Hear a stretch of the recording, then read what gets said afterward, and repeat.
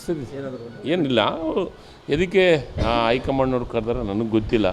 But ಮುಖ್ಯಮಂತ್ರಿಗಳು ಅವಾಗವಾಗ ಯಾಕಂದರೆ ಅವರು ಒಂದೂವರೆ ತಿಂಗಳಿಂದ ಹೆಲ್ತ್ ಇಶ್ಯೂ ಇರೋದರಿಂದ ಕಾಲಿಗೆ ಸ್ವಲ್ಪ ತೊಂದರೆ ಆಗಿರೋದ್ರಿಂದ ಎಲ್ಲಿ ಹೋಗಿಲ್ಲ.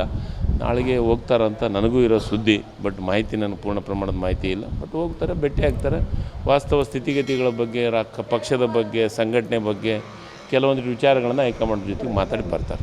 ಬಟ್ ಏನಾದರೂ ಡೆವಲಪ್ಮೆಂಟ್ ಶೇರಿಂಗ್ ಐತೆ ಡಿ ಕೆ ಶಿವಕುಮಾರ್ ಅವರು ಸರ್, ಅದು ಶೇರಿಂಗು ನಿಮಗೆ ಗೊತ್ತಿಲ್ಲ. ಏನು ನಿಮಗೆ ಗೊತ್ತೈತೆ ಗೊತ್ತಿಲ್ಲ, ನನಗಂತೂ ಮಾಹಿತಿ ಇಲ್ಲ.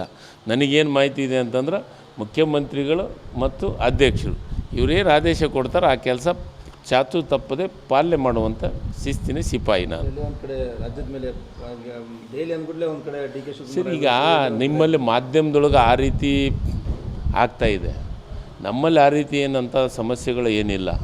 ಅದ್ರ ಬಗ್ಗೆ ಚರ್ಚೆನೂ ಅವಶ್ಯಕತೆ ಇಲ್ಲ ಅಂತ ನನ್ನ ವೈಯಕ್ತಿಕ ಅಭಿಪ್ರಾಯ. ಯಾಕಂದರೆ ಸಹಜವಾಗಿ ಹೈಕಮಾಂಡ್ ಹತ್ರ ಹೋಗೋದು, ನಮ್ಮ ಹಿರಿಯರವರು ಅವ್ರ ಹತ್ರ ಭೇಟಿ ಆಗೋದು ಮತ್ತು AICC ಅಧ್ಯಕ್ಷರು ನಮ್ಮ ರಾಜ್ಯದವರು ಇರೋದರಿಂದ ಕೆಲವೊಂದಿಷ್ಟು ವಿಚಾರಗಳನ್ನು ಪ್ರಸ್ತಾಪ ಮಾಡಿ ಪಕ್ಷದ ಸಂಘಟನೆ ಮತ್ತೊಂದ್ರ ಬಗ್ಗೆ ಮಾತಾಡಿ ಬರ್ತಾರೆ.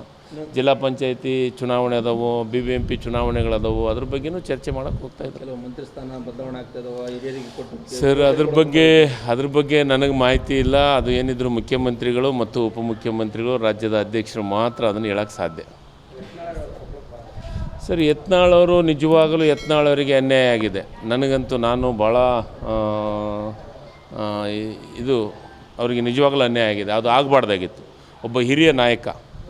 ಯಾಕಂದರೆ ಯಡಿಯೂರಪ್ಪರು ಮತ್ತು ಅನಂತಕುಮಾರ್ ಜೊತೆಗೆ ಪಕ್ಷವನ್ನು ಕಟ್ಟಿದ್ದಂಥವ್ರು ಯಾರಿದ್ದರೆ ಅದು ಬಸನಗೌಡ ಪಾಟೀಲ್ ಯತ್ನಾಳು. ನಾನು ಭೇಟಿಯಾಗಿದ್ದೀನಿ. ನಾನು ಆ ಟೈಮ್ದೊಳಗೆ ಪಕ್ಷದಾಗಿದ್ದೆ.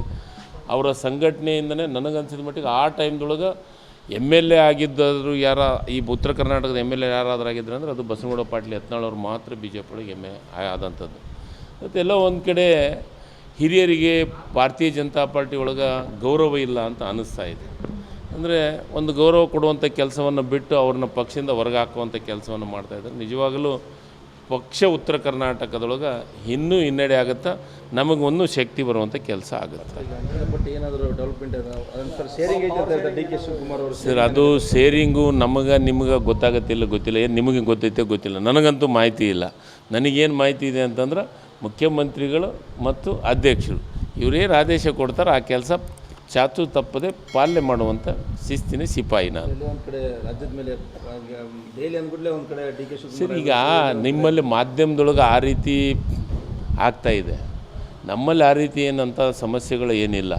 ಅದ್ರ ಬಗ್ಗೆ ಚರ್ಚೆನೂ ಅವಶ್ಯಕತೆ ಇಲ್ಲ ಅಂತ ನನ್ನ ವೈಯಕ್ತಿಕ ಅಭಿಪ್ರಾಯ. ಯಾಕಂದರೆ ಸಹಜವಾಗಿ ಹೈಕಮಾಂಡ್ ಹತ್ರ ಹೋಗೋದು, ನಮ್ಮ ಹಿರಿಯರವರು ಅವ್ರ ಹತ್ರ ಭೇಟಿ ಆಗೋದು ಮತ್ತು AICC ಅಧ್ಯಕ್ಷರು ನಮ್ಮ ರಾಜ್ಯದವರು ಇರೋದರಿಂದ ಕೆಲವೊಂದಿಷ್ಟು ವಿಚಾರಗಳನ್ನು ಪ್ರಸ್ತಾಪ ಮಾಡಿ ಪಕ್ಷದ ಸಂಘಟನೆ ಮತ್ತೊಂದ್ರ ಬಗ್ಗೆ ಮಾತಾಡಿ ಬರ್ತಾರೆ.